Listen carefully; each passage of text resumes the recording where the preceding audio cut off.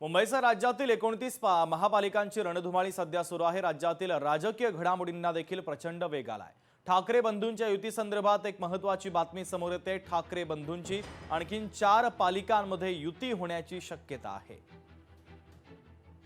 तर ठाकरे बंधूंच्या युतीच्या संदर्भातली सगळ्यात महत्त्वाची आणि मोठी बातमी आपण पाहतोय।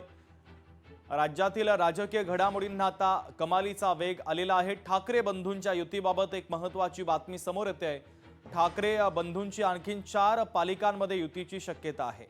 माझे सहकारी अविनाश डेगस्कर या बातमीच्या संदर्भातले अधिकचे अपडेट देतात। अविनाश, शुभम, पाहिलं तर 29 महानगरपालिका आहेत। निवडणुकांचं बिगुल वाचलेलं आहे।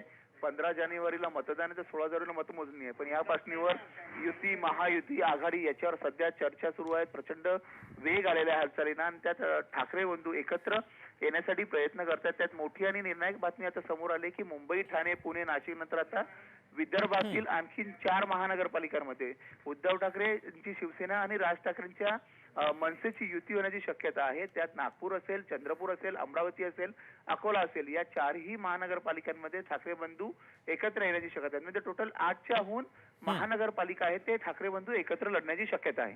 अगदी अविनाश, पुढचा महत्त्वाचा प्रश्न, ठाकरे बंधू महापालिकांमध्ये एकत्र येण्याने त्यांना फायदा होणार की तोटा? हे आता वक्तव्य करणं योग्य ठरणार नाही। जसं मराठी माणसांच्या मनात जर ठाकरे बंधू एकत्र येणार असतील तर त्याचा नक्की फायदा होतो। पण त्या दृष्टीने भाजपाचा जी चाणक्य नीती आहे किंवा भाजपने ज्या पद्धतीने इतर निवडणुका जिंकलेल्या आहेत त्यानंतर मात्र याच्याकडे लक्ष द्यायला पाहिजे। ठीक आहे, अगदी अविनाश, अत्यंत महत्त्वाचे अपडेट या बातमीच्या संदर्भातले तुम्ही पोहोचवलेले आहेत, तुर्तास धन्यवाद। तर राजकीय घडामोडींना आता कमालीचा वेग आलेला आहे। मुंबई महानगरपालिकेसोबतच आणखीन काही महानगरपालिकांमध्ये ठाकरे बंधूंची युती होण्याची शक्यता आहे।